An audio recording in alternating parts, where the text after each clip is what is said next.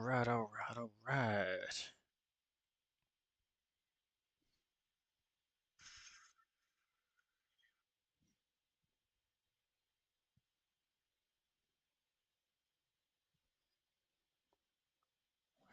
Let's see what we have here.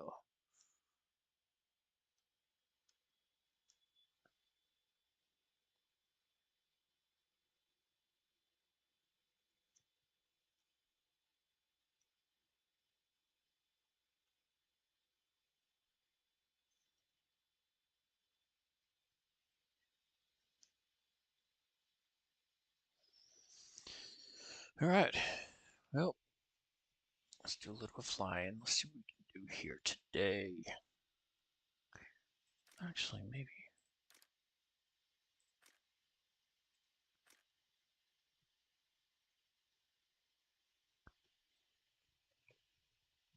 Hmm.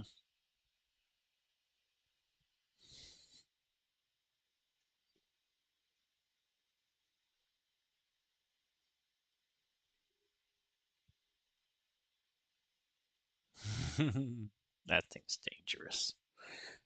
But,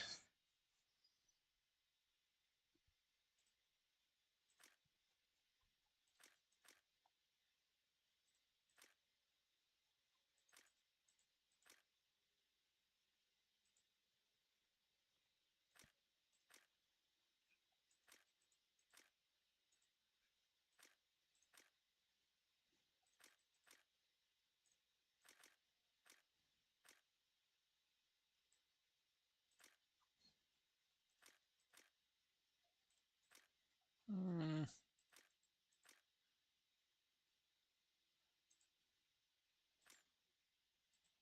I think I have a BVR setup on. Or I have a BVR setup going on for this one. GB39s. How far down do I have to get for those? Oh, I'm researching that right now. Well, damn.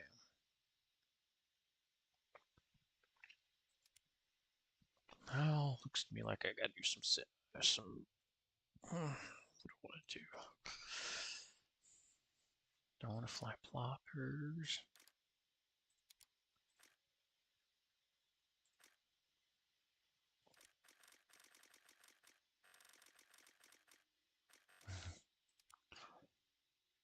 You know what? I'm gonna run to the bathroom. Actually, I'm gonna join this one. Spawn in probably in a Mustang, and then I'm gonna come right back after I go to the bathroom. That way I don't get locked out of being able to join this one. So oh, I want to see the statistics first.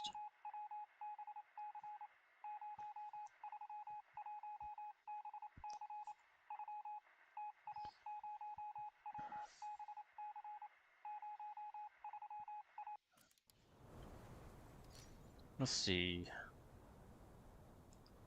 Uh, okay, so it's fairly new. So, what's our team running? Bomber, bomber, fighter, fighter. Probably doing multi-role. Uh, ah, come on, Trinky boy.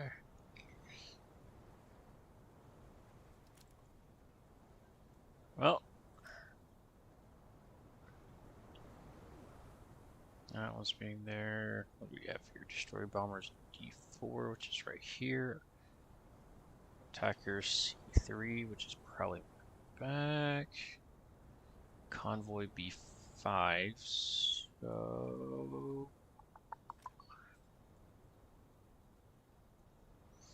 that's a fun one. That's gonna be a fun one. Maybe the triple stack inmates.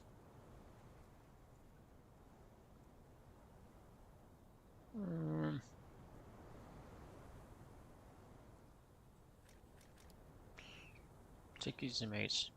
Actually, no. Not that. I'm gonna actually go to the bathroom first. Like I said I was gonna do. I want to fly the P-38 out, though. I'll take off from right there. Alrighty. Well, I'll be right back.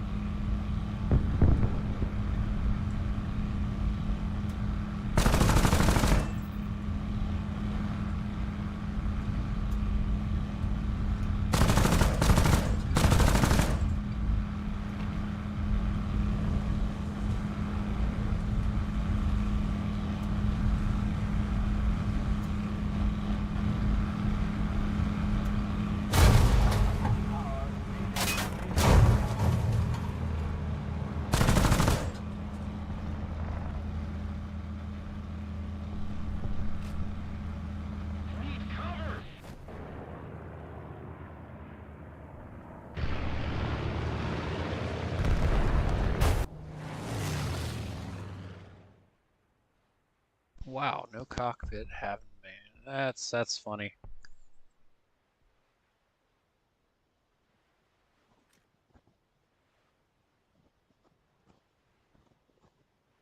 All right.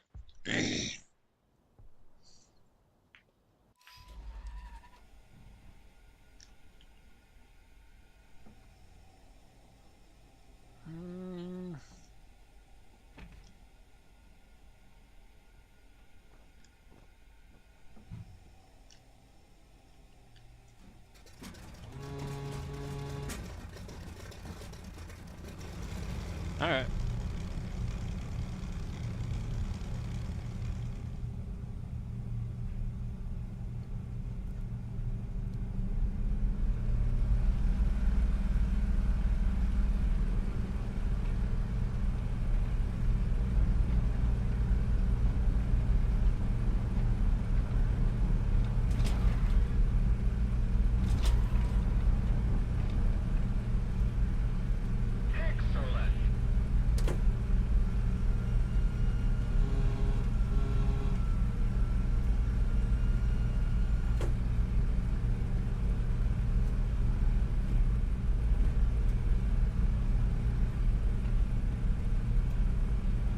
No, this is it. Sorry, this is a PS5. I'm actually on PC right now. Dude, that's awesome though. How's the bindings and everything going for you?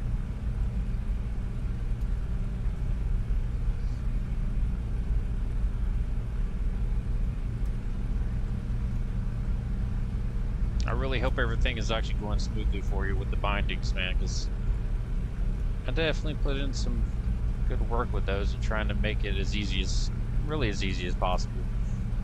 I mean, they're a little tweaked now just because I'm no longer on PS5. I actually switched over to PC, but it definitely works really nicely now.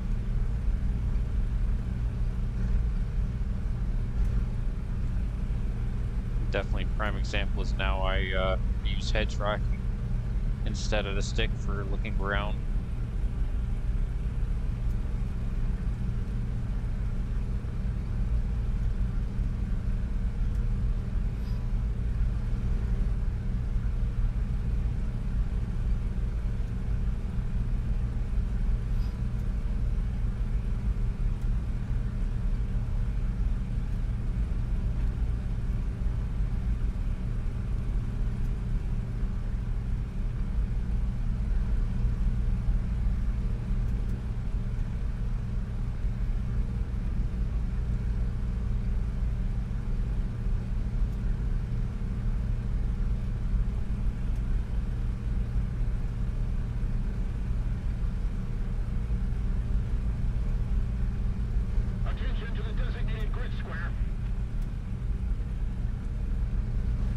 Yeah, the trimming is, it takes practice, especially when you're starting out. Like, for example, if you're flying the American Mustang with the 20 mils, or the Cannon Stang as it's called, start off with your trim in the beginning and you're slowly just working it as you're trying to hold on. It definitely takes practice. But honestly though, once you get used to it, it is smooth as silk. Where is...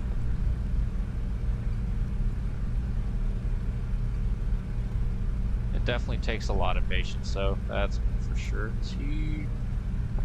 Okay, that's an enemy.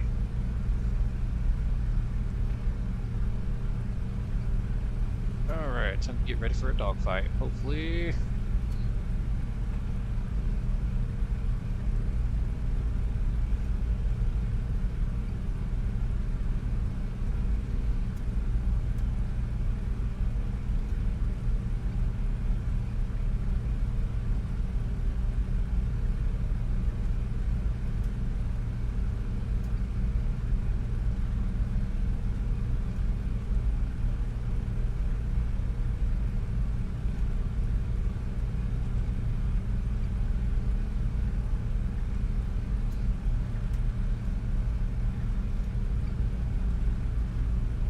Okay, so that's not good.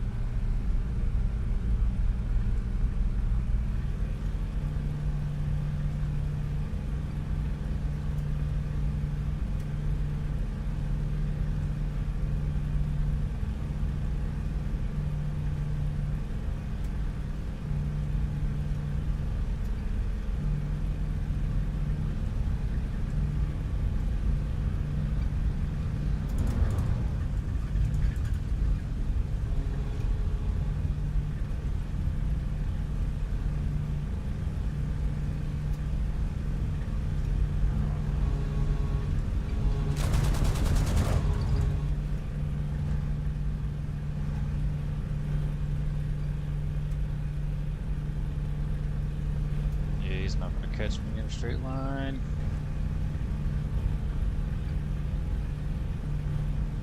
A little more effort and victory will be yours. Somebody cover me.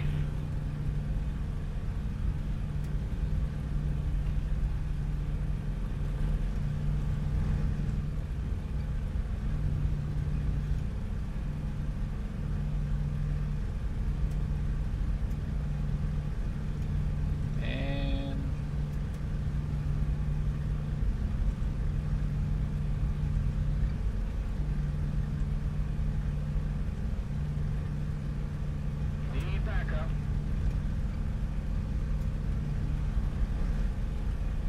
After me.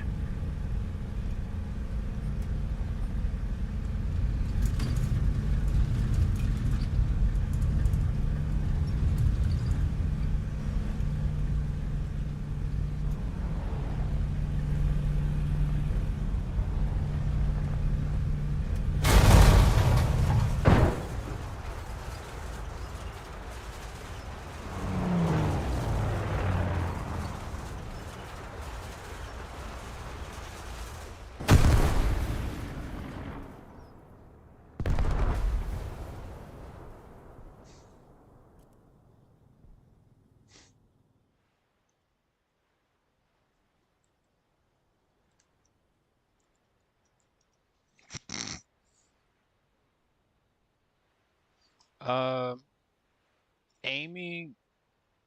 Okay, wait. Sorry. So suggest me which joystick is good for aiming.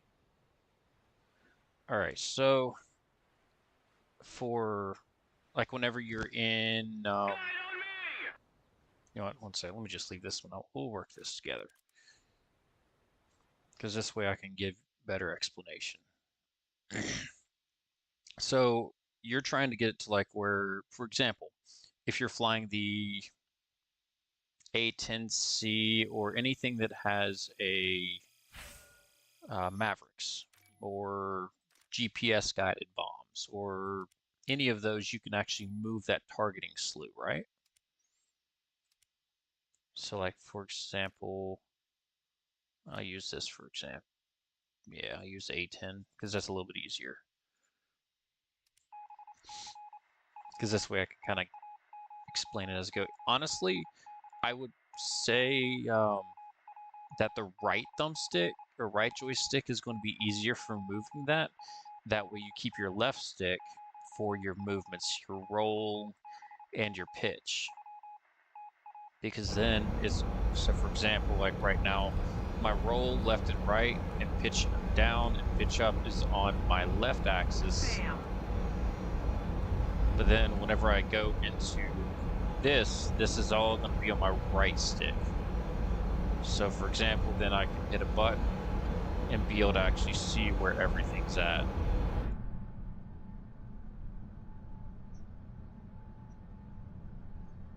So what planes are you working with or trying to get this to work better with?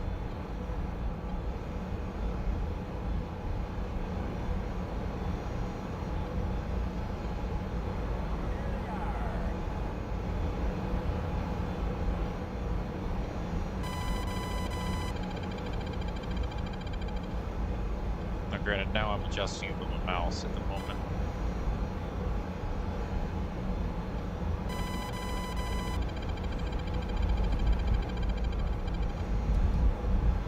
Bam.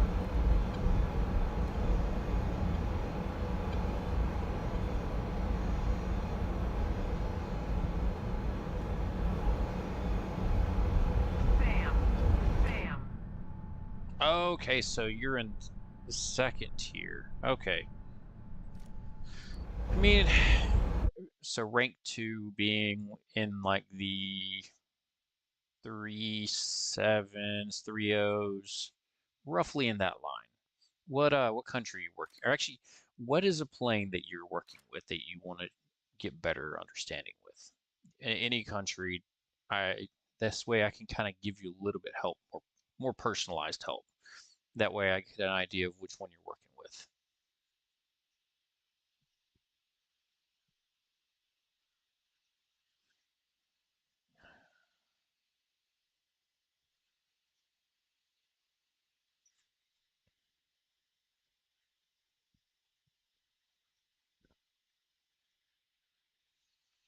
All right. So what would be a good plane that I'm guessing, want to work with?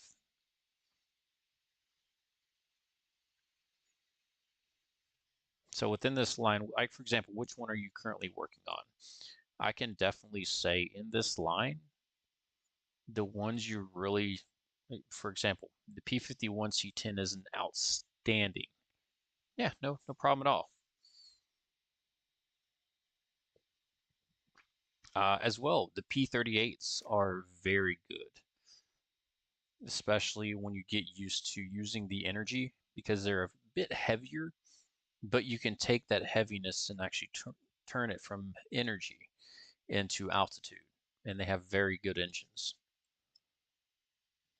Uh, you can never go wrong with a Corsair either. Very good energy fighters. Even the Wildcats are very good. Hellcat's another really good naval aircraft.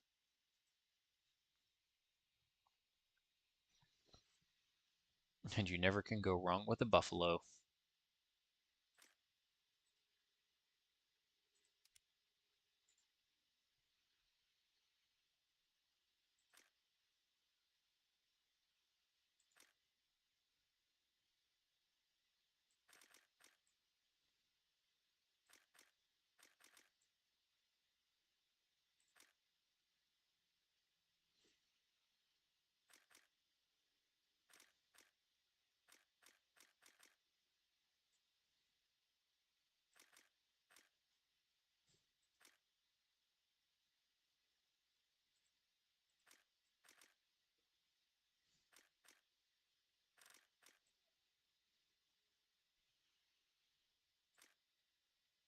Mm.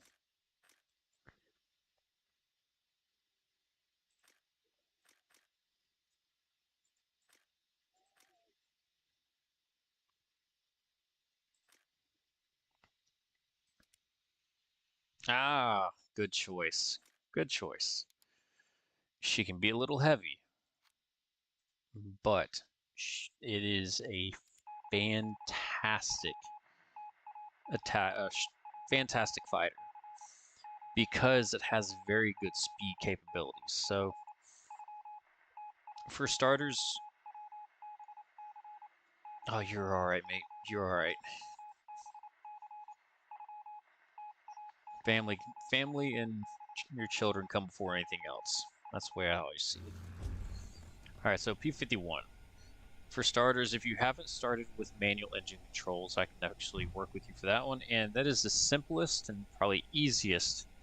Magneto is always going to be at 1+2. And you literally can take everything else, jam it to 100. Because it's going to give you the maximum amount of boost possible. Because with the Mustangs, as you can see right there on the bottom, actually, wrong button, but we'll just work with this. You see how right there is starting to raise and lower. So the more it's, oh, dude, you're good. You're good. I'm about to kind of give you the basics for it. This way you get an understanding. So Magneto, no, trust me. This is what you want to learn. I will teach you. So P-51 in the specific settings that I've. So the easiest. Okay, let's start it like this. So, and some of these will be a little bit different. It's going to show as Xbox control, but that's also because I have an emulator. So it emulates an Xbox controller. But it stays the same. The throttle is still at triangle and square like my PlayStation 5 setup was. The roll axis, as you can see, is my left stick going left and right. The pitch is still the left stick up and down, and you can even see that with the cursor.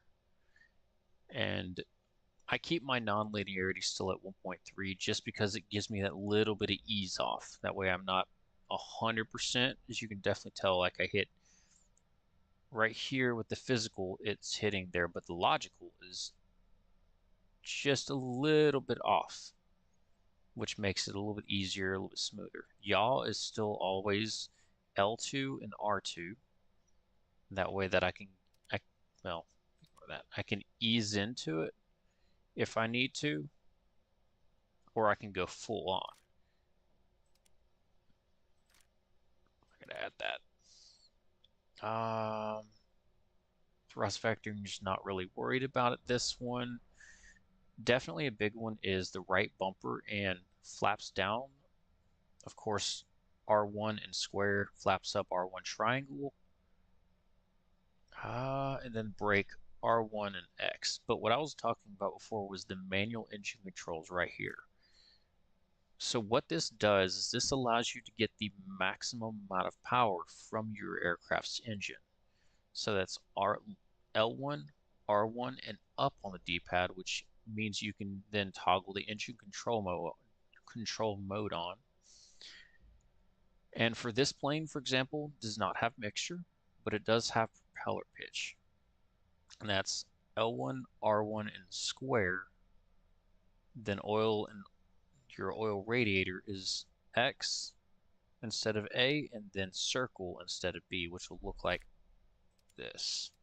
Just show you. So you normally will be in auto engine control.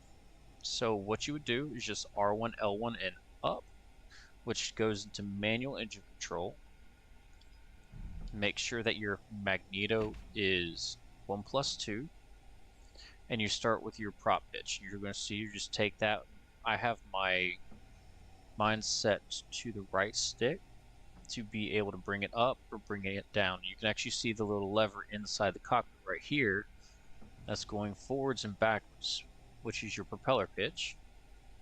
And then the same thing goes for your oil radiator, which means you would press R1, L1, and right on the D-pad, which turns off the auto, and then you'd start your oil radiator, and then the same thing for your radiator. Just go ahead and max them all the way out.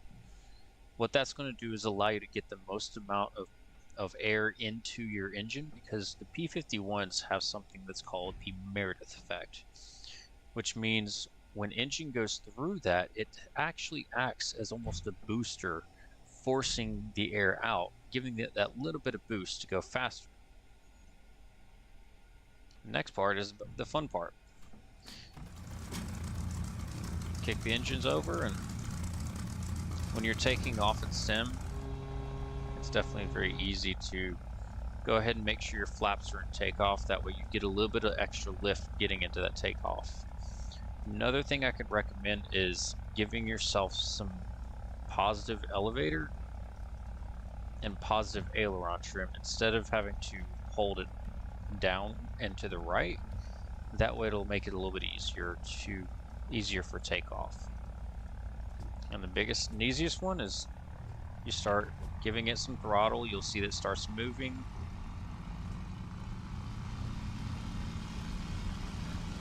As you see yourself starting to move, you start to build up speed. You can see the nose starts dipping down, which means that it's starting to level out and it's ready for takeoff. So now, as you'll hear, you start lifting up, gear up, and then you adjust your flaps accordingly. And because of that trim that you added before, it makes it a lot more manageable for taking off. Now, as you build up speed, I have one little thing which helps for just instead of having to press the buttons to go all the way down. One of the easier ways is having bound for L1, R1, and right thumbstick click in, which actually zeroes out your trim. Now, I would recommend at that speed, you're going to have to catch the plane, so to speak, and kind of go manual flying with it, but that's definitely helps. Now, right now, I'm not in wet, which is in the top right hand with the thrust or wartime emergency power. The nice thing about having the radiators at 100 and the prop pitch at 100 is when you go into that, you don't overheat at all, and you get that maximum amount of power from that engine. You have the radiators opened up all the way, so it gives you that little boost. And you can definitely see from where I was at just on the deck to now being at 4,000 feet, and I'm just now getting into 160 knots. It is an absolute beast. Now, once you get higher, it works even better.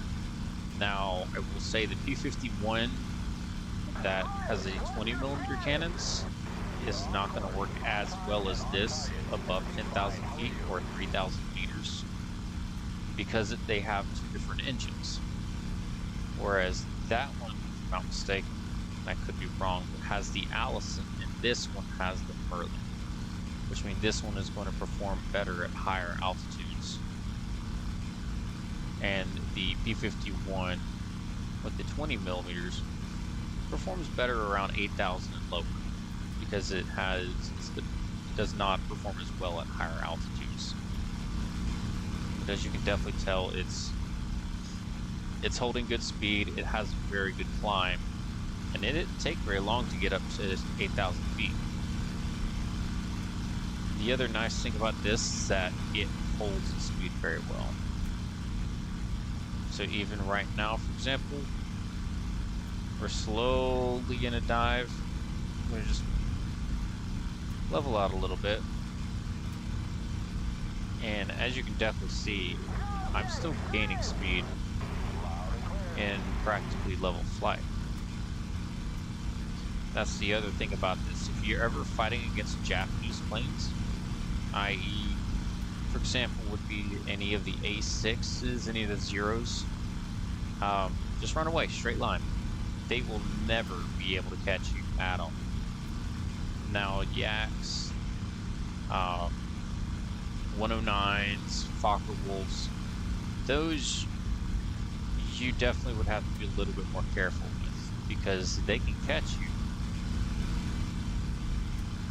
But you definitely have a lot of power to play with. And then once you get above 10,000, the world is your playground.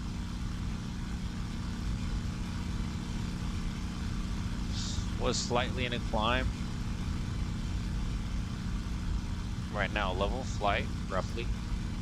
And still just absolutely moving. 200 knots. And mind you, I'm in a climb, and I'm still gaining speed. The other fun part is when you have that altitude, and you convert it into speed, your altitude, speed, or your cashing in. Let's just go and make it fast.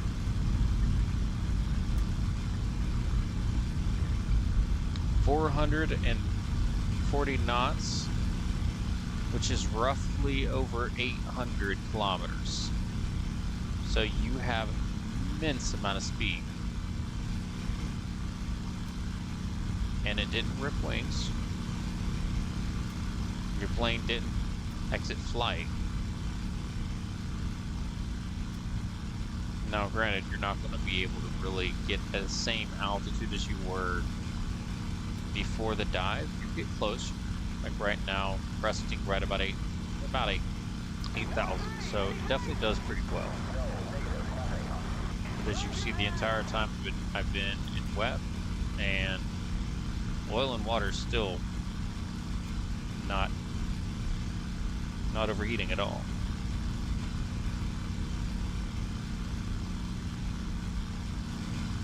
But as you can definitely see, and it has decent visibility out the backsides. It is an overall workhorse. You stay fast with it.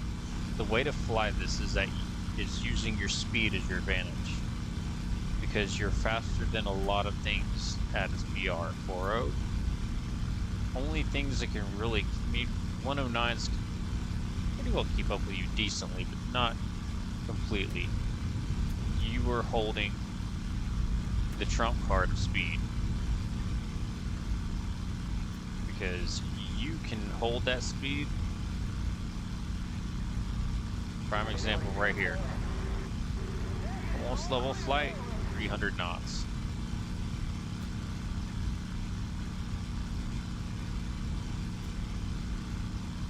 So anything tries to keep up with you, you're gonna dust them.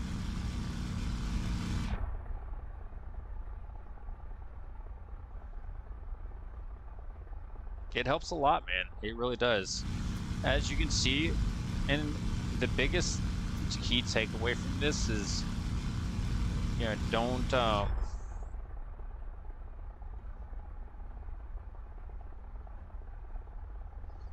yeah, definitely. Do you have Discord?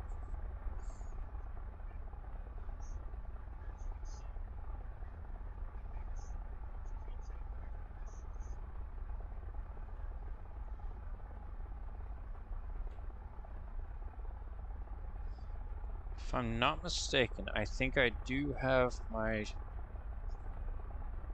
Okay.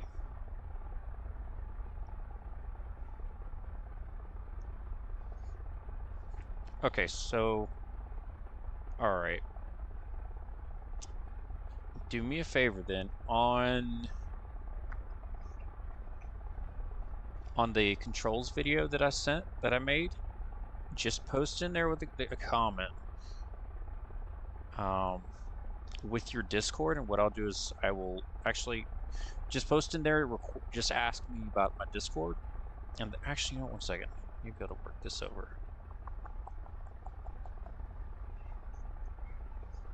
You know what?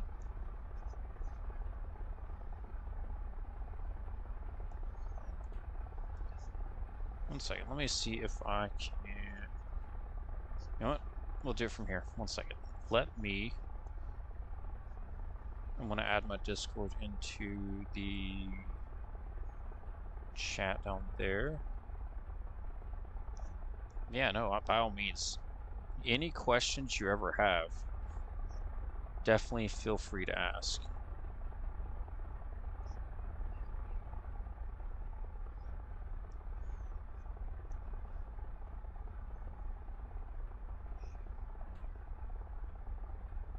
So, this is my Discord. Just shoot me a message or just add me from there. And if you ever have any questions, just shoot me a message. And at any point, you ever, I'm even free to chat. So, and as well, if you would like, I can also get you added into. Are you familiar with training days?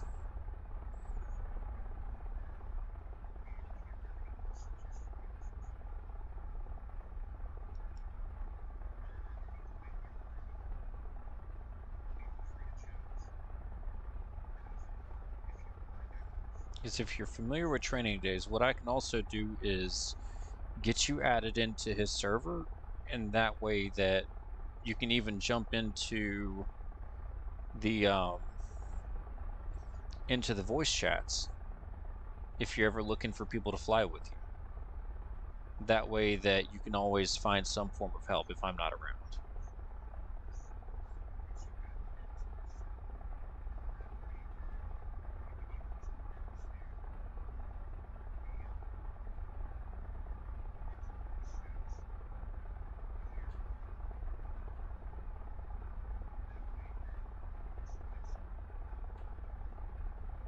All right. What I'm going to do also is I want you to... There's the invite to his server. So Training Days is another YouTuber for the War Thunder community. A really good friend of mine as well, and he does amazing work. He actually posts, if you look up on YouTube, which don't think I have his YouTube readily available. Let's see.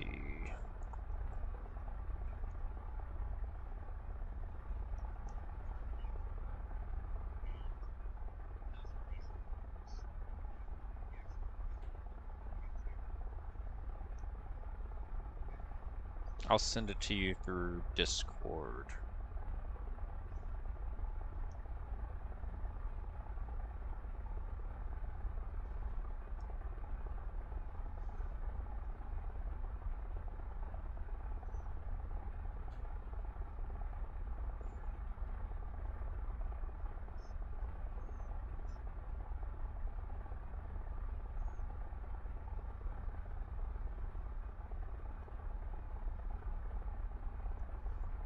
If I can, oh jeez.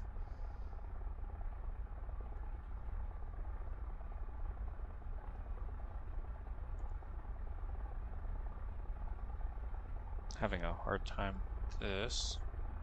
Okay, there we go.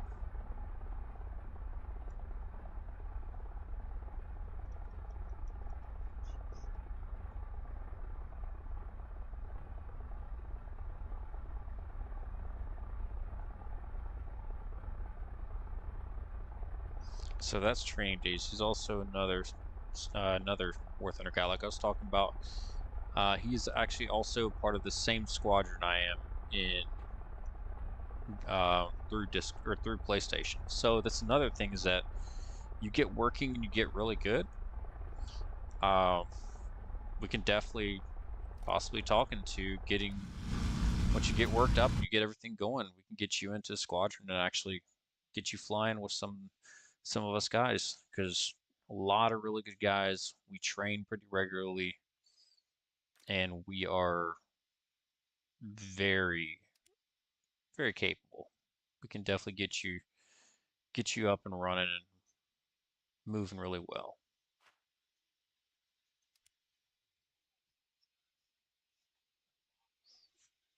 Like I said, I'm definitely around. So today, not so much since it is Thanksgiving. So it is going to be a little bit busier today than usual. This is actually the one day that I've been able to stream in a while. So I'm definitely taking the opportunity to enjoy it.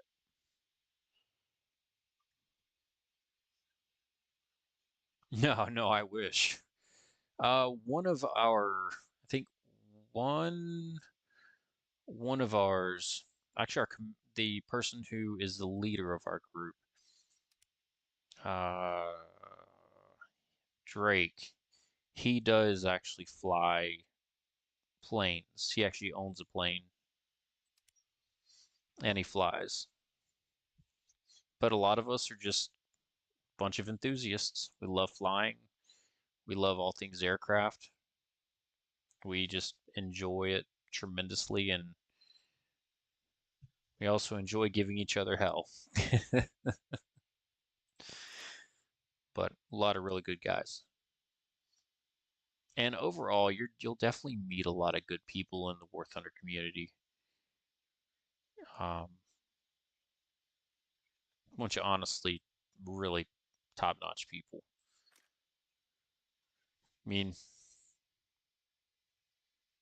it's just a game we've all grown to love and enjoy. Like I said, I've been playing this now for almost 11 years, and I haven't looked back. And I've pretty well enjoyed all the whole time of it.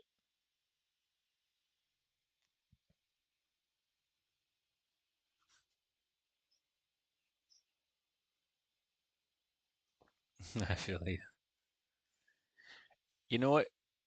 Starting out, it can be a little bit daunting, but I kid you not, it's actually a lot easier than you think. It's just you have to go at it with a lot of patience. Patience is the biggest thing because you can't pull the stick too hard, or sometimes you'll do what's called a wing stall, or you can't get too complacent and pull too little because then you're lag pulling. So if you're in a fight, you're not pulling enough, he's going to start outrating your circle and end up cutting your tail off. It's just little things like that. Well, I say little things, but it's not exactly little, I guess.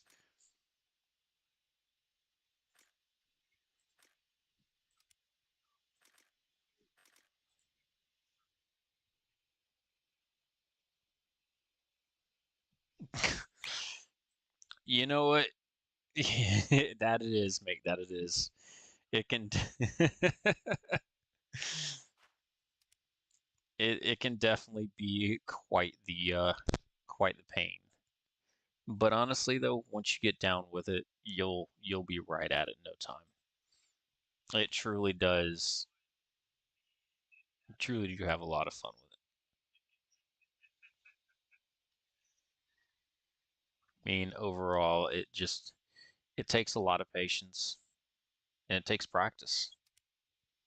I mean, I didn't get where I am now by not practicing. I practiced for genuinely days until I got to a point where I could perform at a decent level.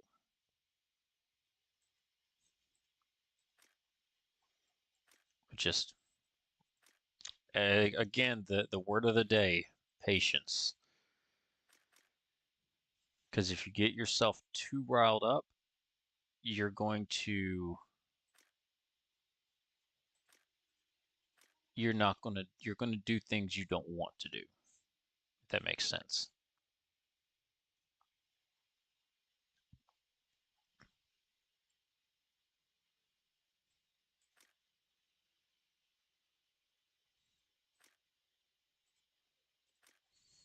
Like now, I'm about to probably do something really stupid and probably regret this. Oh wait, what? Oh boy.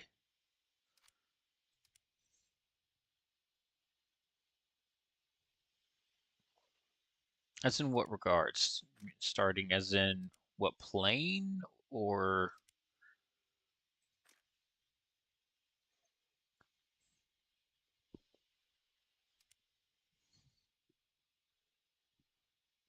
the biggest thing is just first things first is getting practice with a plane, sticking with learn a plane. So one thing that I used to do, for example, and I'll even show it to so you can see is that I have over 286 battles with the J35A. But that's because I spent time after time after time after time. I got the deaths to prove that I got my butt handed to me. But I spent a lot of time in the testing range, learning what's the how it flies, what's its speed at which what it can float, what kind of maneuvers can I pull with it without wing stalling it. The biggest thing is finding a plane that you really want to work with and fly it. Just constantly fly it, learn its quirks, learn what it's good at, but also learn what you shouldn't do with it. For example, with the P-51C, you definitely do not want to take that into a turn fight with something like a Zero or Japanese planes because they're going to outturn you all day long. But you want to use that speed, like I was talking about before and showing you.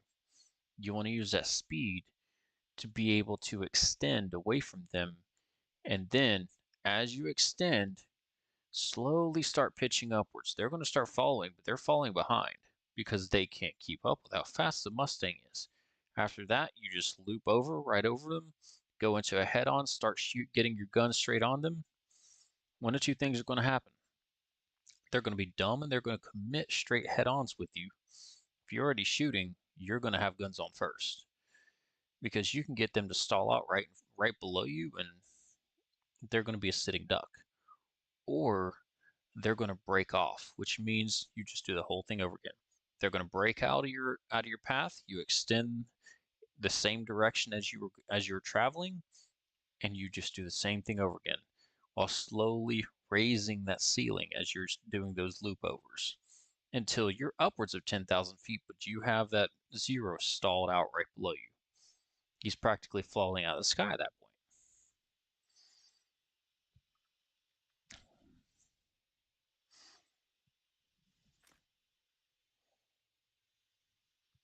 It's the biggest thing is just learning what the plane is capable of and learning how to properly fly it. Like I was saying with the Mustang's bread and butter, or the best thing about it, is it's the fact that it can get up to and hold speed at tremendous rates. So using that speed as your advantage, you get up to high altitude. Now, personal preference,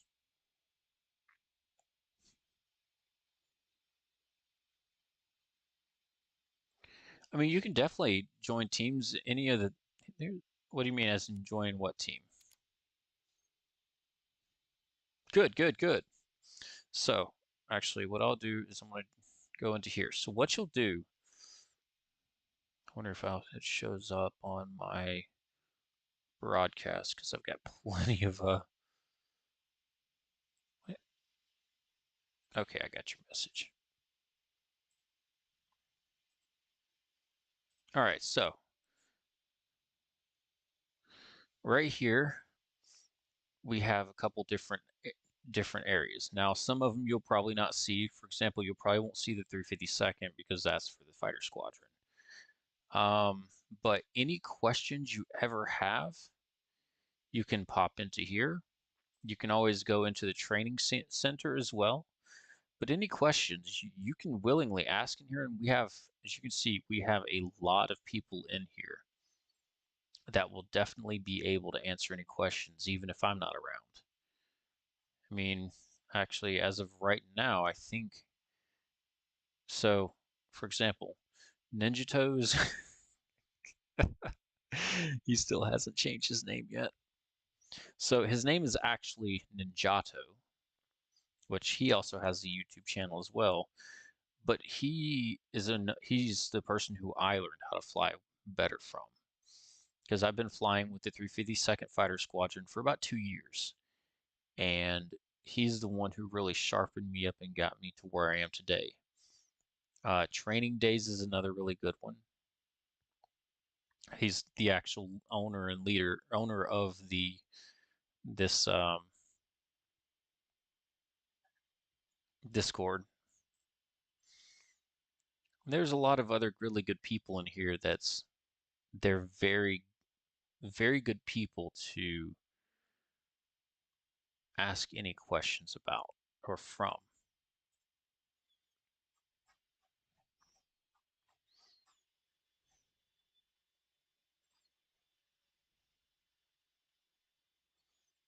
I mean, you really get a lot of good information from this Discord, as well as even any events that we have. It even shows how some of training's videos you can actually see them in there. We also have sim resources. So at any point in time you're ever trying to figure out what the sim bracket is for the day, you'll be able to go to this link and actually figure out what BR it is, as well as a lot of different guides like this, for example. Just let me open that up in this.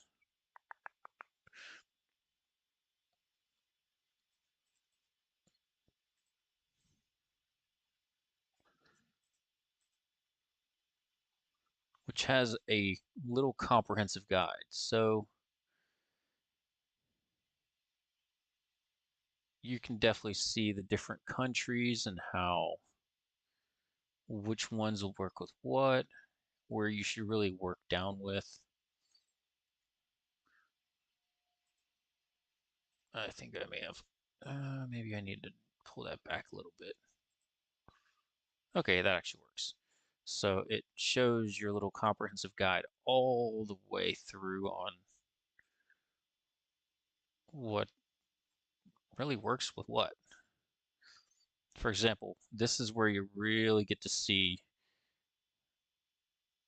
what I was talking about is that Training Days, he is, of course, on YouTube.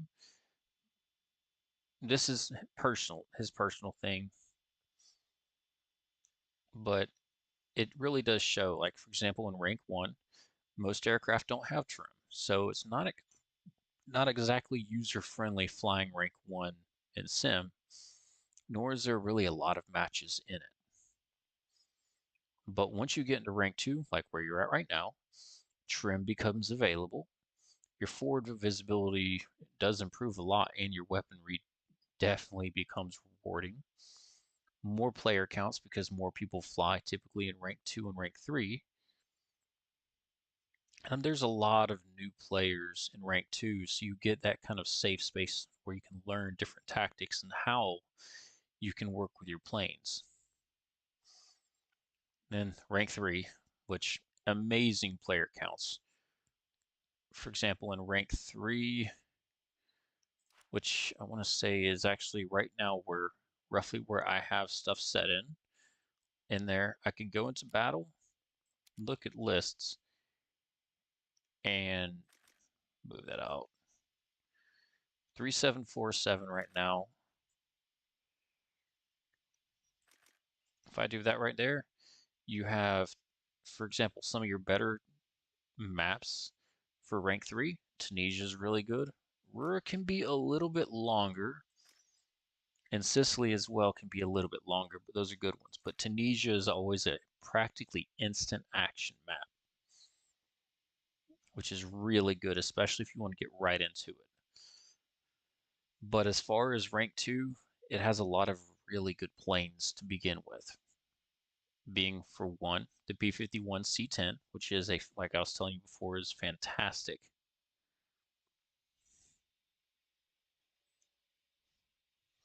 Okay, so if you don't have a research option, it's showing if you highlight one of the planes in rank 4, it should tell you if you have a certain amount of planes that you need to research. For example, is it showing up red like that?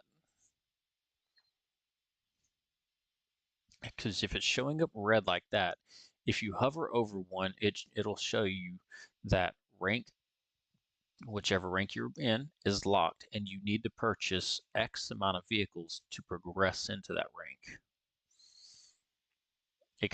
You have to basically have a certain amount of aircraft in that rank to progress to the next rank.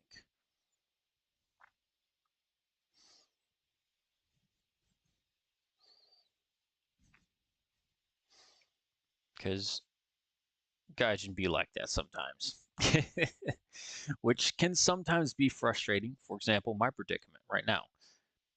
I'm wanting to get into French rank 7, but I have to get one more vehicle from rank 6 to be able to progress into rank 7,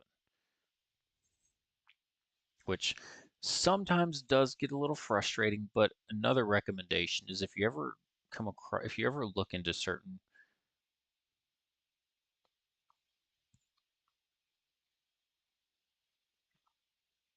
where does it show? So as you can see as right here, so when you highlight one of those planes that are in the red and the rank below you, what it's going to do is it's going to show you right underneath the actual jet or plane that you're researching. For example, you'll have this little red all around from where you're trying to research into. Actually, prime example right here. So I have rank rank 4 all the way researched, right? And then I have rank 5, 2 of them, but I'm missing this one. But to progress into rank 6 for Israel, I have to finish off with the Meteor F8. Yeah, and that's going to help out. That's what that's going to do is when you research that one plane, purchase it, then it's going to unlock your next rank, and then you can start researching those ranks. And then you do the same thing for the next one and the next one until you get to the point where you have all the planes because you spent ungodly amount of time in the game. Again, ungodly amount of time in the game. And you start to really just get a feel for all the planes all around.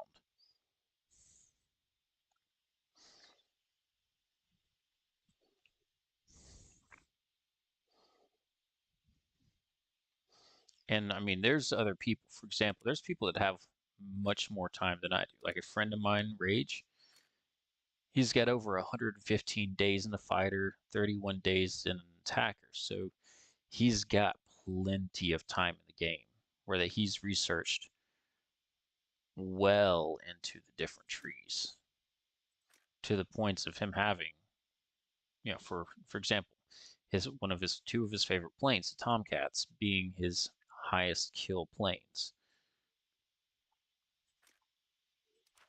And I mean, it just goes on and on. As long as you keep with it, stick with it, it'll definitely be very rewarding in the end.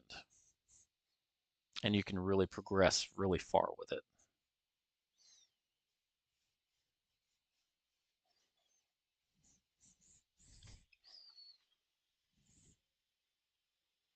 Oh yeah. It's a lot of time in the game. A lot of time. I mean, prime example, let's see if I can see see if I can see Greeks and stuff. There you go. That's a number that you would say damn to. He's the number one guy in the leaderboards on War Thunder, and that's how much time he has in the game.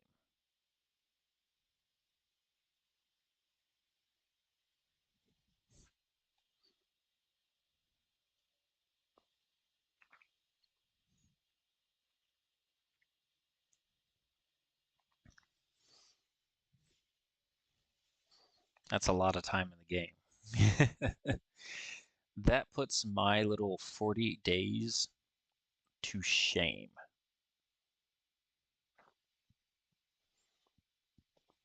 I mean, well, looking for something great. I mean, honestly, each plane. Oh yeah, there are some people that know life this game, but as far as really good planes, I mean, especially in rank two, the P40s, specifically being the P40F, is an absolute monster. Very good plane, very good energy fighter.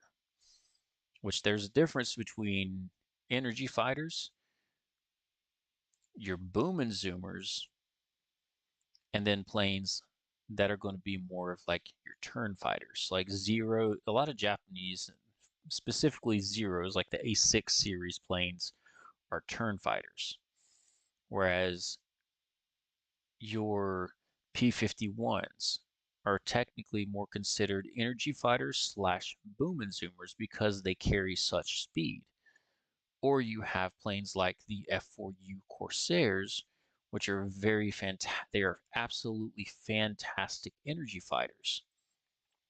So each plane you can find a little niche within each different plane. It's really the biggest one is just figuring out what you enjoy flying, finding out where your niche lies. Do you like to fly fighter aircraft where you can boom and zoom? Do you want to learn? Do you want to learn within the energy fighting, or well, I say it like this, but it makes me sound really it makes it sound really bad. But or you could fly a Zero and be a turn fighter main. We call those dirty turn fighters. They're dirty, they're nasty, and they don't take very much skill to learn how to turn fight because you pick a direction and you start turning in a circle and you start turning in a circle. That's all you do. Kind of like how the Ariete, for example, it's 9-0, but it is a turn fighter slash energy fighter. But more you can outturn everything within it in 9-0. I mean, I can take the Ariete into 10-0 matches and high energy fighters are fun, but it definitely takes a little while to master. Because when you learn how to properly energy fight, you are a dangerous man.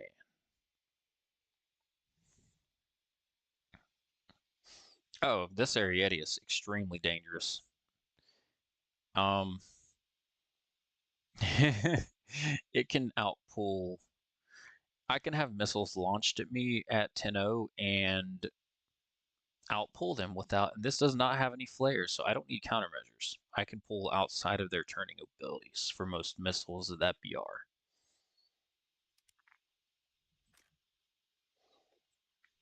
And mind you, it's fast. Don't mind the roundels because I kind of had the South Koreans stuff on there. But another thing that's going to really help, there's a few things that really helps out a lot with grinding out tech trees. For one, if you ever get a chance, look into using premium account, even though it does cost silver or golden eagles, which does cost real money. That right there gives you 100% research points in all game modes, 50% silver lions for active actions in random battles, 100% silver lions rewards in battle time and random battles, and 50% silver lions rewards in other game modes. But that's not the only thing that helps out a lot. The other part is using your boosters. Boosters help to progress you as well. Now, between premium time, or which premium account, or which we call premium time, using boosters, and also using premium planes, between, for example, let's see, actually, let's see. So, here we go. I think this may be, that's not it.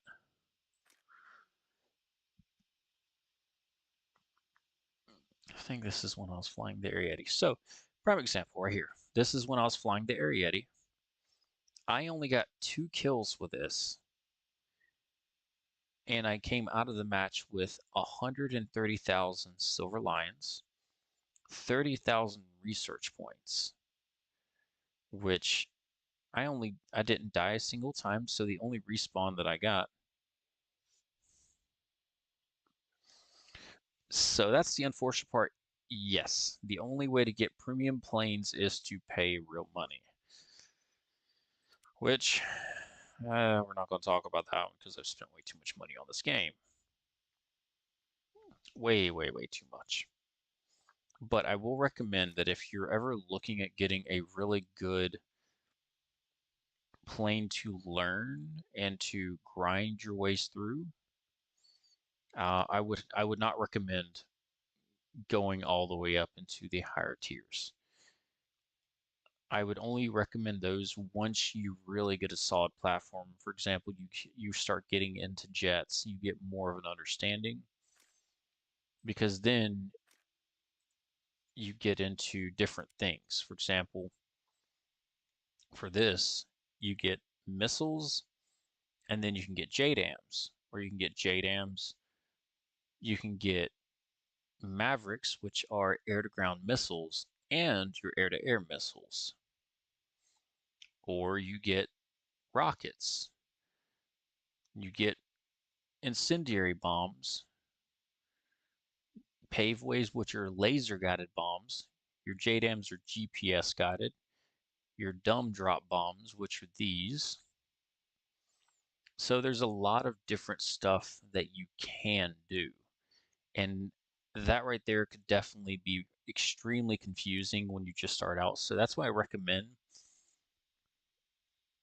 that if you're ever looking at buying a premium, like for example, for the US, you can never go wrong with the P-51D-20.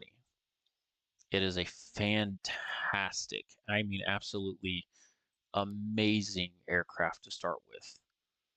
I mean, it flies actually very similarly to how the 51C10 does, but more powerful, better altitude, better speed retention. Plus, this fills that niche of being a really good energy fighter as well as a really good boom and zoomer. And the setup is very much the same.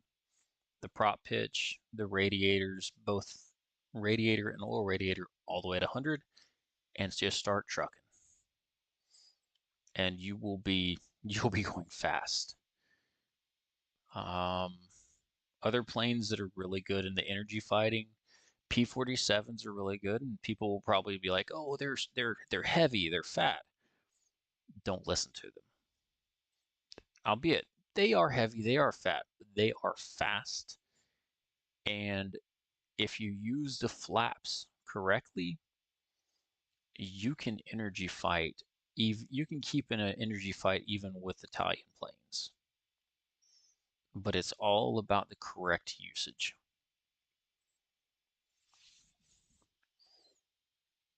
The Italian planes definitely do the energy fighting very well, and they can be very difficult. If you ever look into the Italian planes, I could highly recommend a G55S. It is a very good energy fighter. Um, if you're ever looking into the, let's see, what else would be good? The French tree, the Yak 3s are very good. They function very similarly to the Russian Yak 3s and Yak 3Ps right here. Very good fighter aircraft.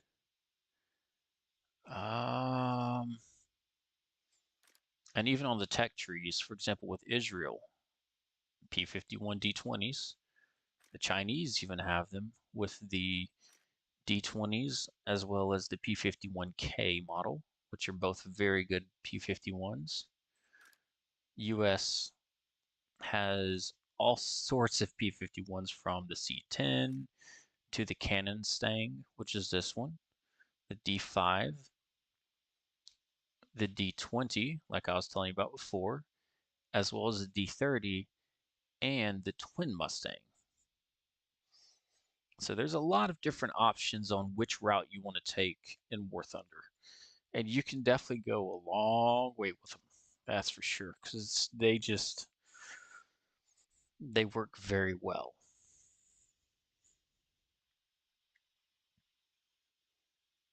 Once you get more comfortable with them, then I would say maybe start delving a little bit into the Spitfires. Spitfires are a lot of fun, but they are a high risk, high reward because they are very difficult to fly. Because you can definitely wing stall them and get yourself caught. And unfortunately, you get yourself caught, you can die rather quickly. But they're very good. For example, the Mark 22 is very fast, but it can also turn very well because this one has the Rolls-Royce Griffin engine versus one like the 14E. Oh wait, that has Griffin too. Never mind. Here we go. Or like the Mark 2B, which has the Merlin, which is better turn but not as fast. So each plane has their differences, especially when it comes to the engines.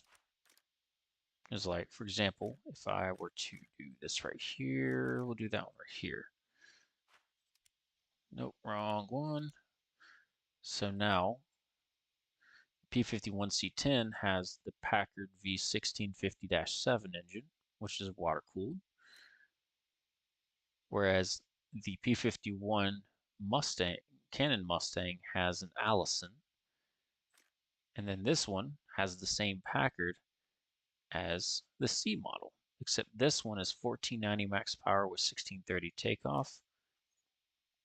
Well, same engine, but the C10 is a little heavier, and this is what's considered a Razorback Mustang versus your bubble canopy Mustangs.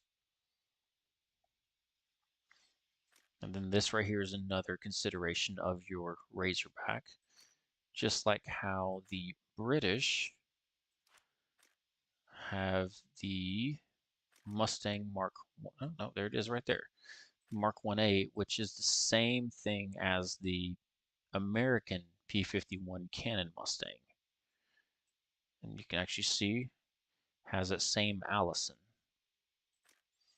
But this and the American one have differences because this one is lighter than the American one because it doesn't have as heavy of armor plating as, say, this one does, where it has that really thicker steel and the thicker steel plate in the back versus where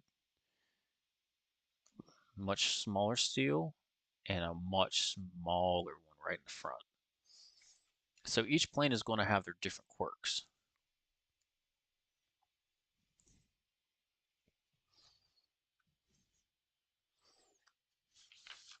It's just figuring out honestly which one really suits you the best.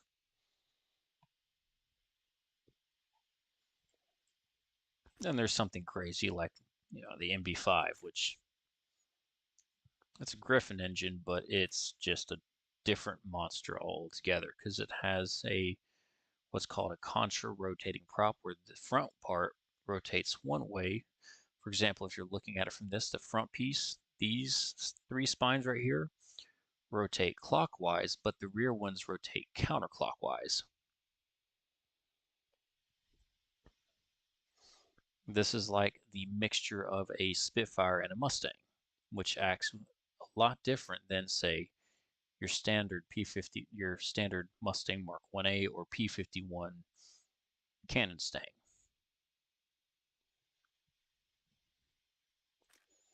This one's just fast.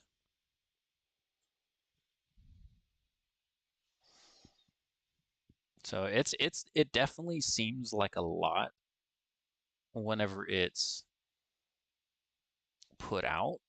It is a lot of information. But as you slowly work your way into it, it gets much easier.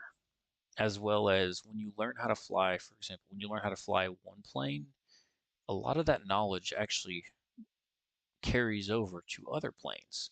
So, for example, when you learn how to fly warbirds, you learn what's called BFM, or basic fighter movements, which helps you translate into more advanced aircraft maneuvers, which can be used in fighter jets.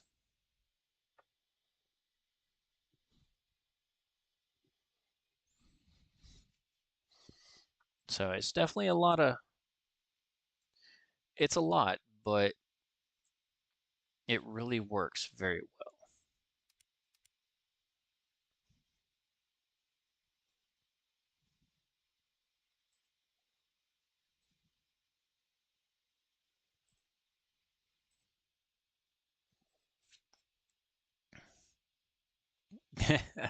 I definitely understand that one, man. It's like I said, it takes patience and practice. That's really the biggest thing is just being patient and don't think you have to learn it all at one point because you definitely don't. You don't have to learn it all at once. It just little by little until you get better understanding. And once you get that understanding and that stuff starts sticking, then you can really start hammering down on those basics. And once you get the basics down, no pun intended, but the sky is the limit. Oh yeah, no, I know it's a lot of information. It is a lot, but little by little, and you'll learn a lot. Because, for example, I was in the same boat you were whenever I started working with or I started playing with the 352nd. When I started with them, I was only in rank 5. Um, or no, actually, I was just getting into rank 6, and I went from rank 6 into rank 7, and now I'm flying top tier, flying. I mean, I'll give you a little example here. So now, for example, when I fly,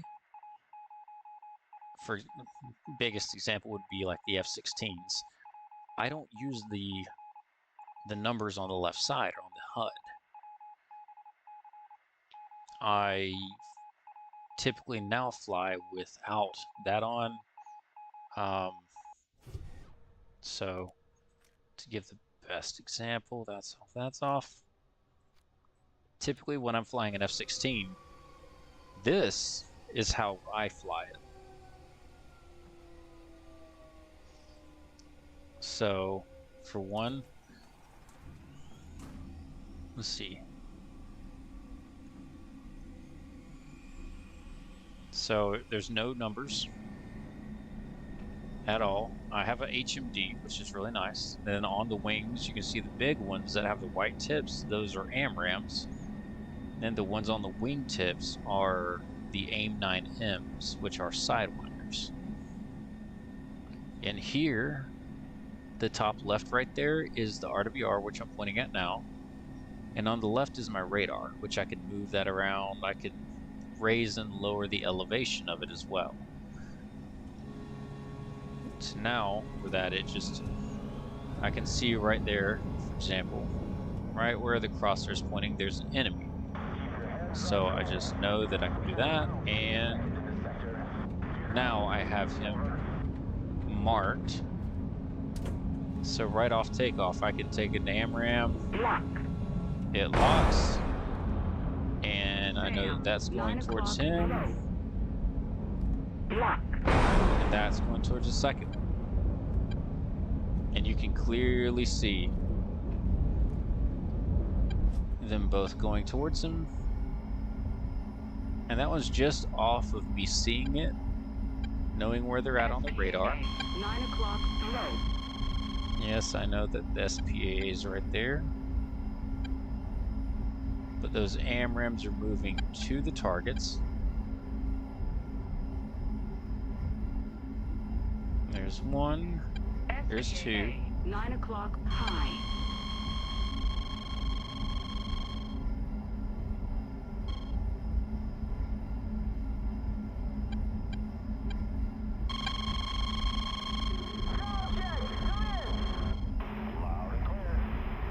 I guess they're not hit yet. Sam, 9 o'clock below.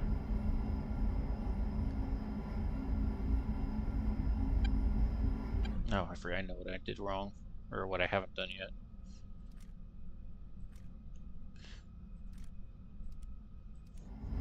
SPAA, 6 o'clock below. So I'm going to get in a little closer now.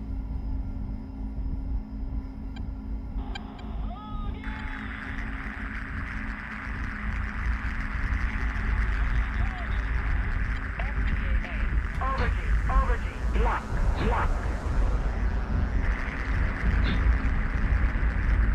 SPAA, 12 o'clock high. Overgy,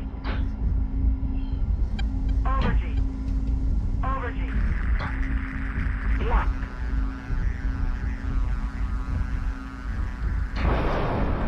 SPAA, So now knowing that below. that's a 19M.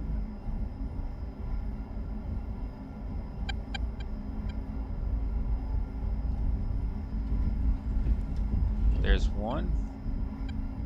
Block. 6 o'clock below. There's number 2 heading out.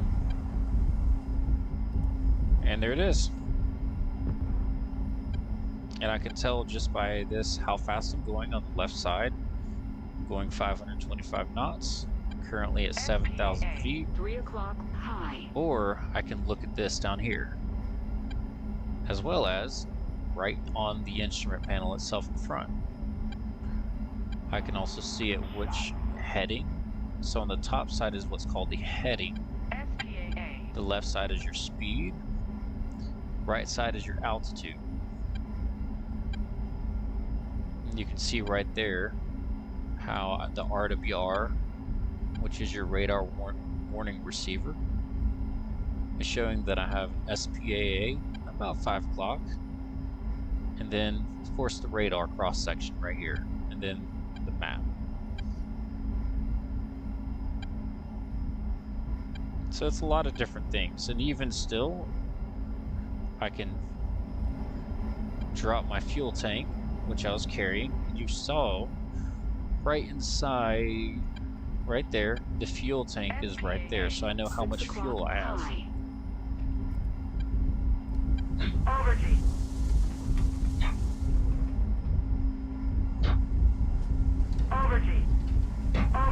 Number 3, anything?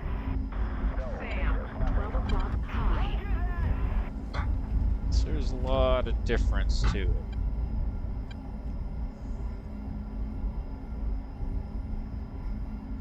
block. SPA, 9 o'clock, low, block, block. SPAA, 9 o'clock, low. And there's two AMRAMs out, and they went active. And you can see that one of them's right 9 there, o'clock, low. and the other one's just ahead of me to my left, right there.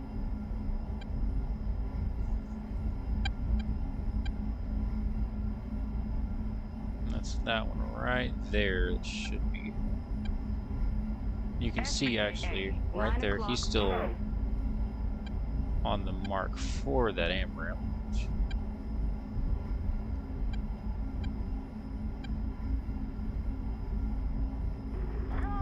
And there's one hit.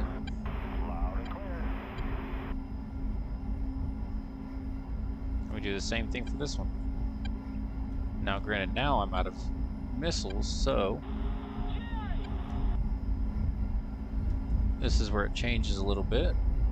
This is when it goes in for guns. Oh, no. Sam, 6 o'clock, low.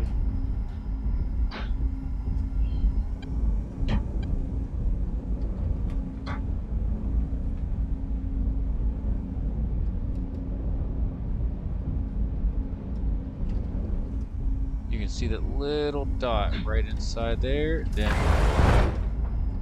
just like that. Sam, There goes 3 wing. o'clock, low. SPAA, 12 o'clock, low. I mean, these planes practically fly themselves. That's really all it is to it once you get into higher tiers.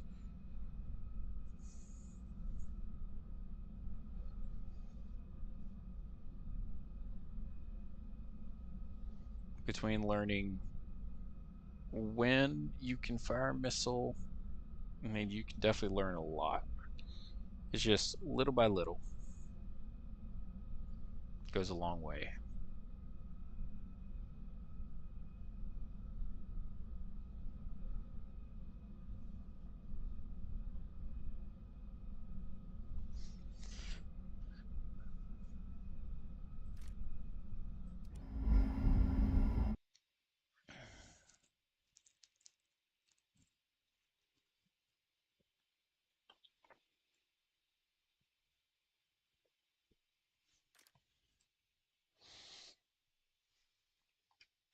Ooh.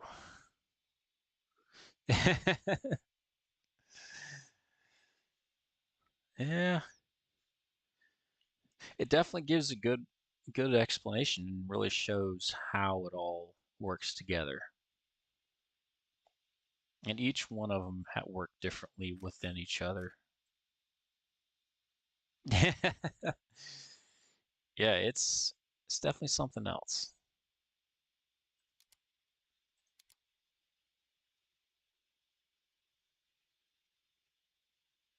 Let's see.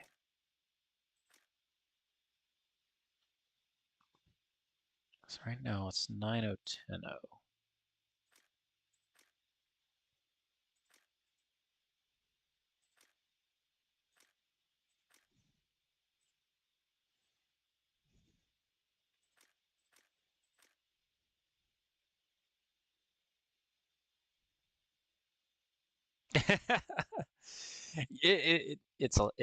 It's a lot of different lingo and a lot of different understanding of what the capabilities of each one has.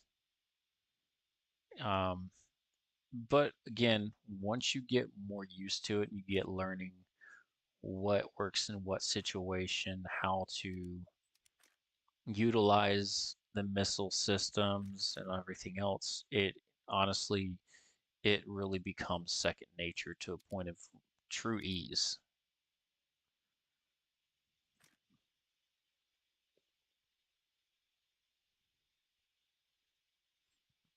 Like, you know what? I don't want to fly those. Think.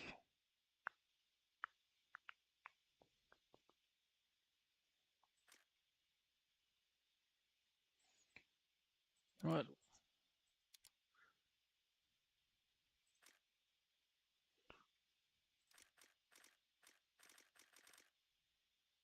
We'll start this way. Smooth operators in there. Oh, it's a smooth operator. Oh God. I know something that's a smooth operator. Hey, mm.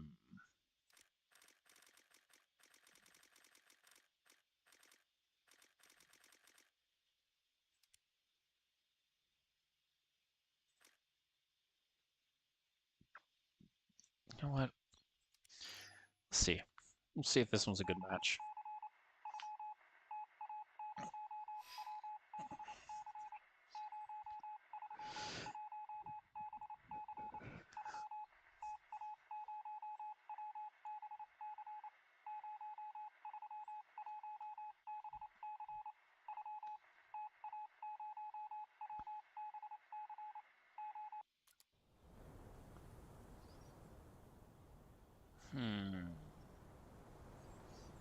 What do I want to fly in this one? I am not too sure. Ow.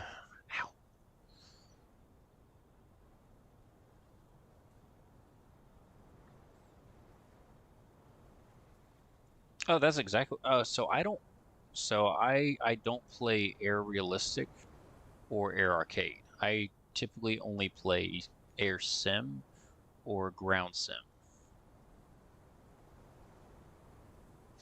So this simulator battles is air, or at least these are Air Sim, and then there is also Ground Sim. So like for example, I'll be taking off from one of these 5.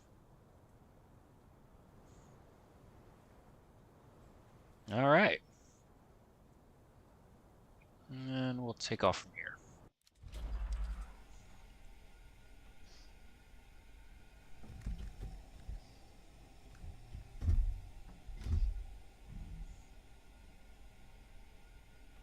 So, like I was saying before,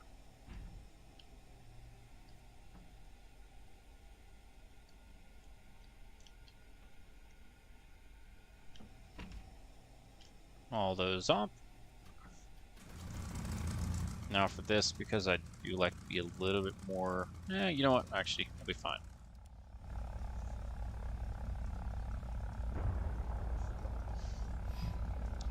Yeah, so normally... Oh, wait.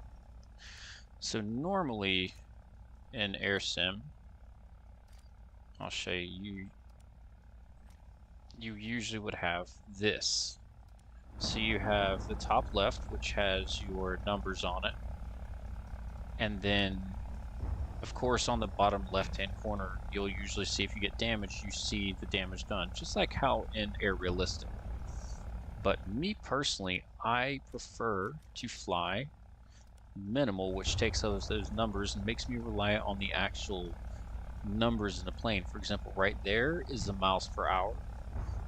You have your altitude above it. You have your direction above that. There's an actual clock which shows the time to your current location. Manifold pressure, your RPM, and then also shows your fuel as well as your temperatures and your coolant temperatures as well. So you really get to see everything, even to the point I'm pulling flaps. So it shows right now the bottom left, the gears are down, and you'll actually be able to physically see that flaps are down as well. But the other cool thing is, if you look right down here, I'm trimming it out, and you can actually see the trim right there moving, but the stick moving as well. What in the world?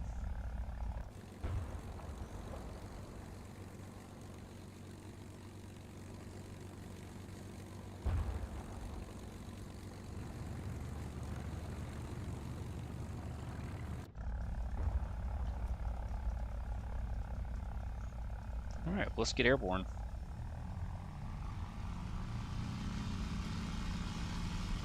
And another part that's nice about this is that when you get more used to flying, you'll get a feel for how to fly.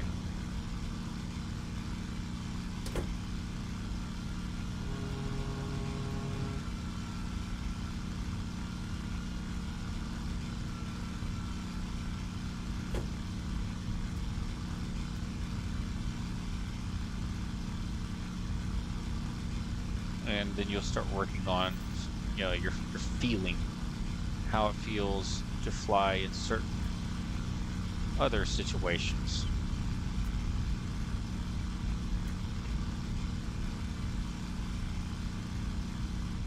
Actually, you know what? We're not going to go for feeling today because I want to focus on the numbers, because we're just starting this match out, but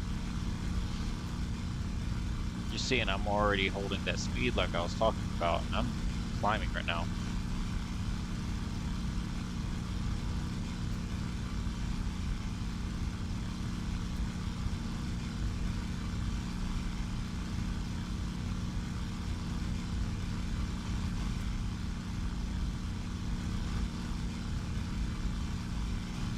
Just by feeling. So right now I've literally put the controller down. So my hands are off the controller and I just work with it. So right there I just use my finger, I correct it a little bit. If I feel that it's rolling to the left a little bit, I'll give it a little bit extra trim to the right. So right there, that trim for the aileron is pretty good. And then I just start working with it. And then I can see my nose is starting to come up, so I want to trim down a little bit. And you just do it in small increments. You don't really jam it back all the way forward or all the way to the side, because that's not going to work well for you. Especially because if you just start doing that, you'll see I just hold it down, so now I'm starting to heavy trim to the right, so it's starting to move where I don't want it to go. It's all about little increments until now where that it feels like I can put the controller down. Right now I have my hands off the controls and I just give it a little bit and it corrects itself. So about right there, right now I'm in a climb going 220 knots or about 460 kilometers roughly. And I'm already at 7,000 feet, or roughly about 3,000 meters. No, 2,500 meters. And I'm already halfway across the field. Now, for the biggest part is that in the Mustang, of course, you want to be higher than your enemy. So that's another thing where you'll see me kind of looking around, seeing if I see anything low. If I see something that's co-altitude, which means at the same altitude as me, then I make adjustments there. But seeing that I don't see anything that's at a similar altitude,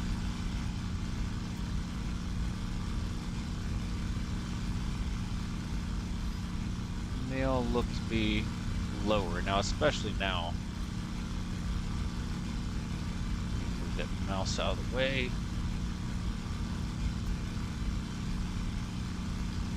But now I'm at a good solid altitude. I'm almost at 12,000. And we have Germany and Russia. So I know Russia is most likely going to be flying Yak 3s. And they're not going to be able to perform as well at these altitudes.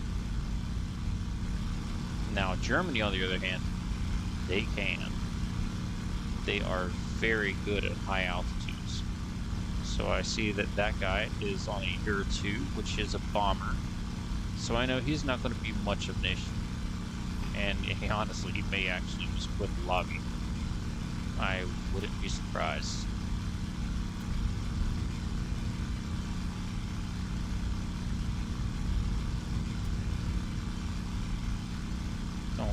Don't quit, please don't quit. Please just respawn.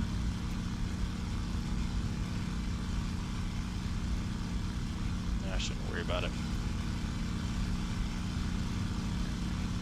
But now at these altitudes, I can do whatever I want.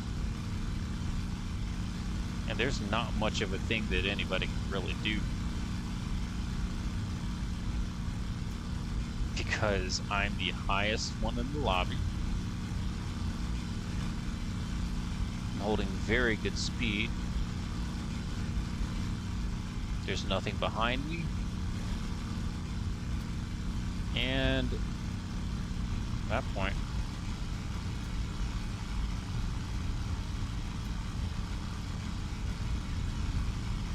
this point is basically just ride and wave. Attention to the map.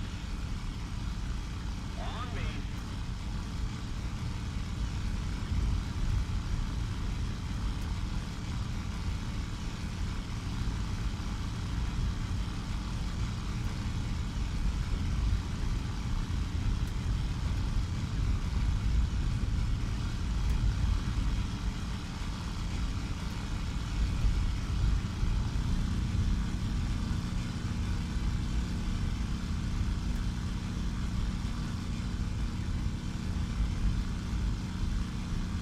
So now I have a really, really good view of the entirety of it.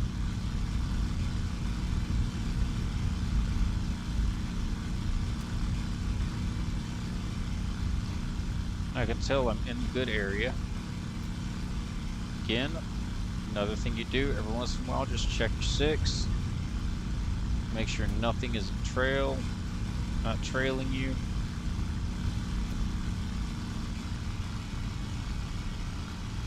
Then just keep on.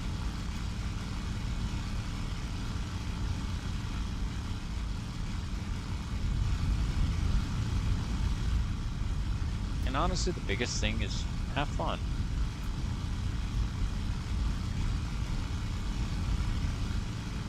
That's really the best advice I can give. Is just enjoy yourself.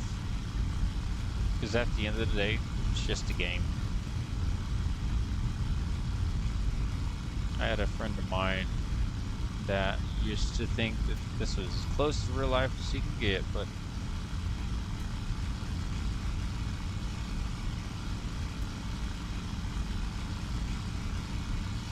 not wrong. Alright, so I see right there, I just spotted an enemy. How I knew it's an enemy is because he's right there at that Bravo 4 base. So what am I going to do? I'm going to play a little bit of fun on him.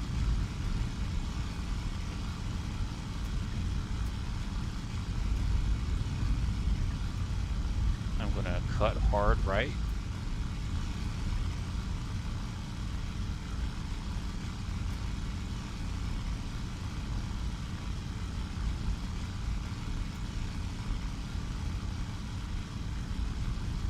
Maybe a little harder.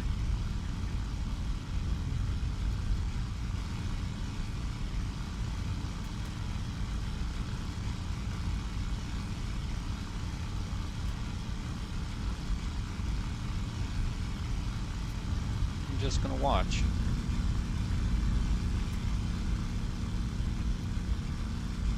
Because I know he's not going to be able to get to my altitude at all.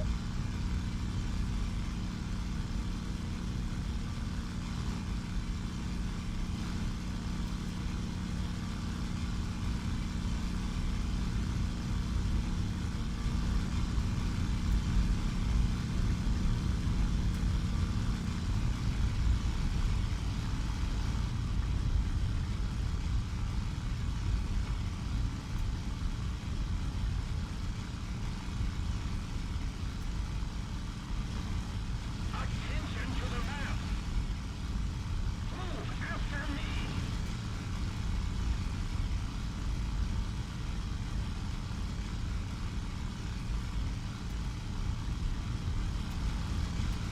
See.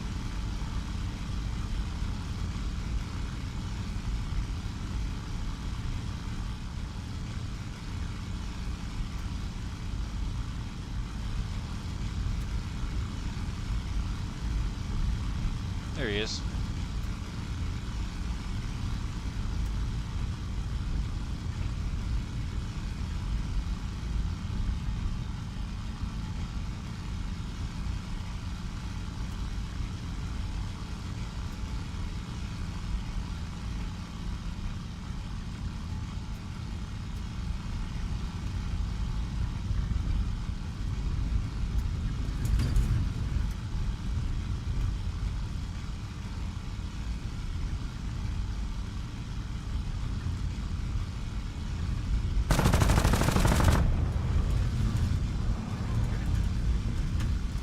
going to do,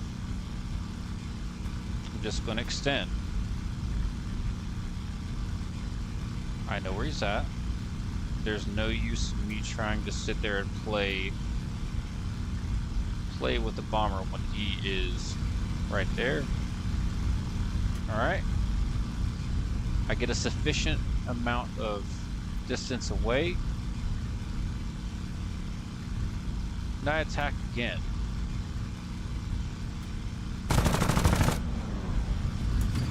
There we go. He's set on fire. He's going to start frantically shooting at me.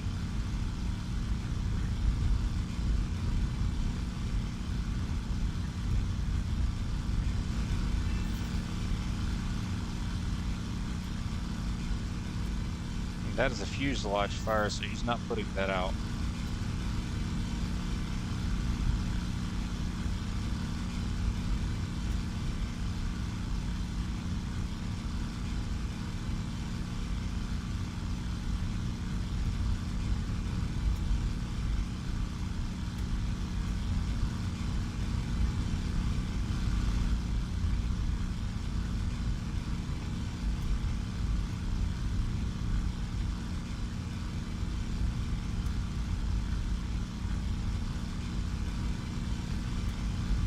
There we go.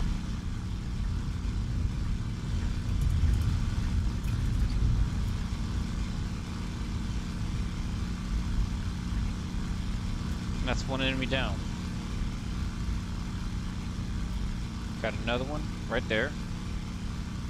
Down low. Same thing. I'm using my altitude.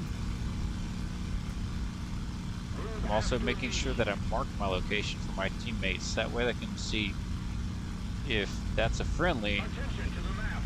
So I see that right there is a friendly. I see... I mean, I can check him out just to make sure, though. He is in a P-63.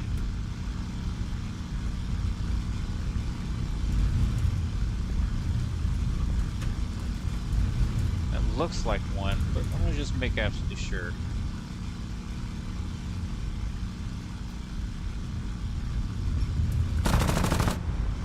So I see that I was a little bit presumptuous on that approach.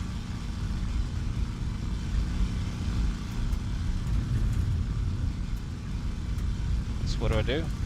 I adjust, I recommit.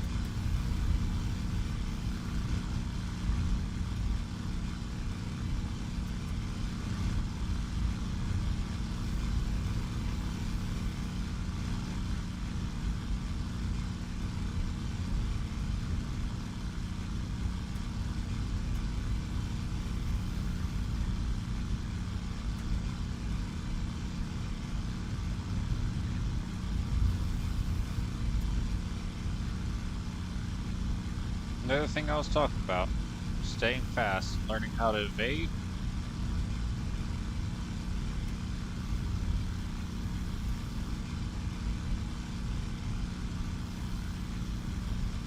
This is one of them.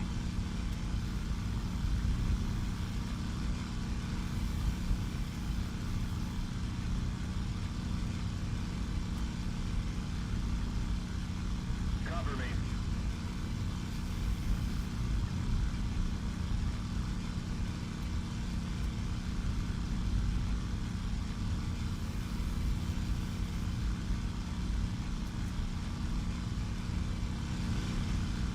Alright, man. Well, you have a good night. Hope you had a great day as well, brother. Like I said, just definitely keep at it, because you can definitely learn a lot from it.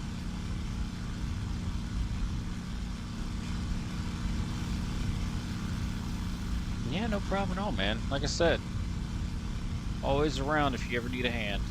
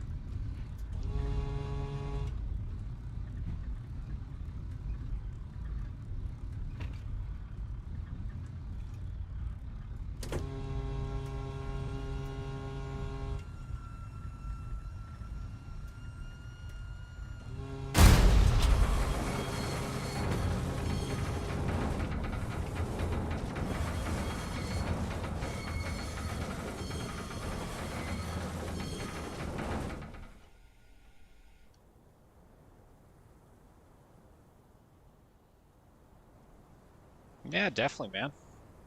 I'd like to see that.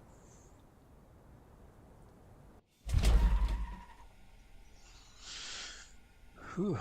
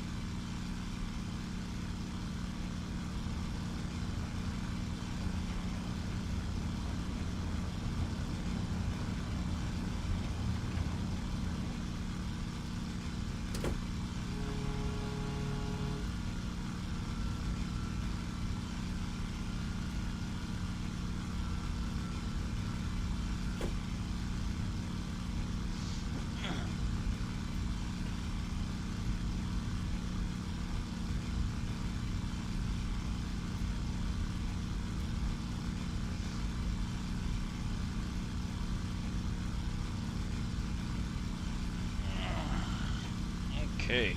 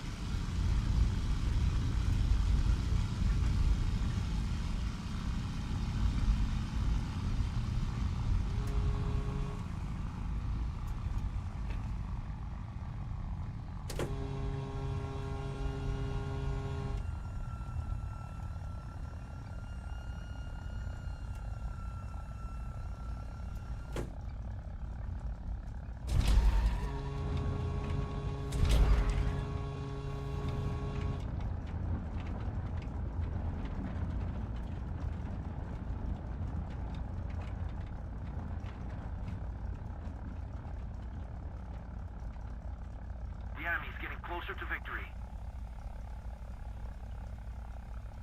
Air 360, 2,000 meters.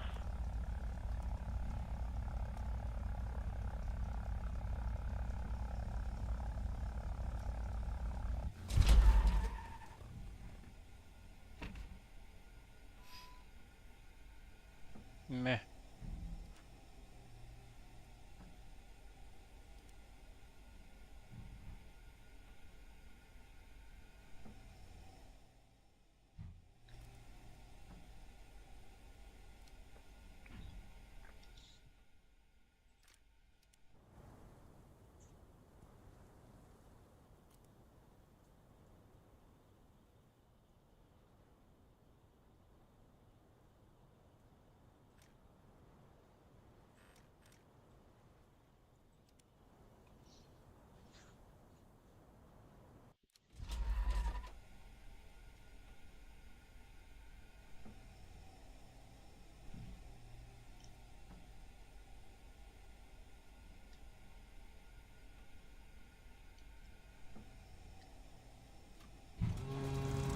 Air 340, 2,000 meters.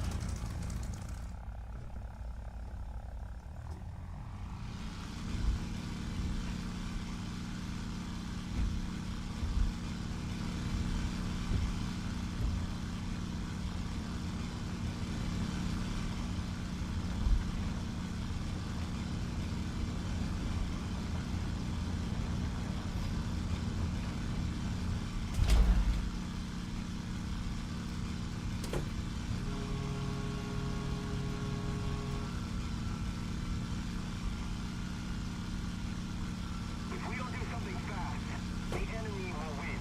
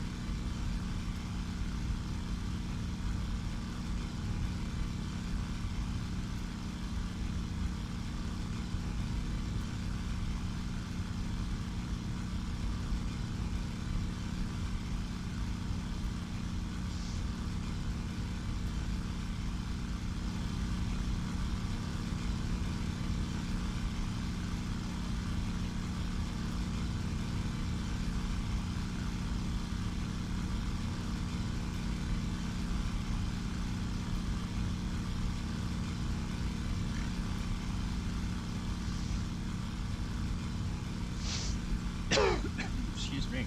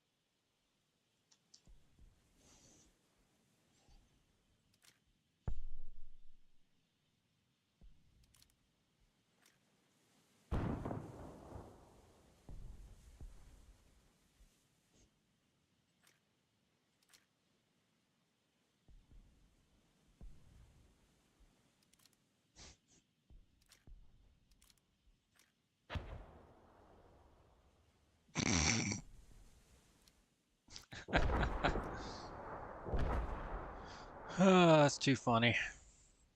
Too funny. Well, I think that is enough for me. Appreciate you watching, and you'll have a wonderful rest of your day and happy Thanksgiving.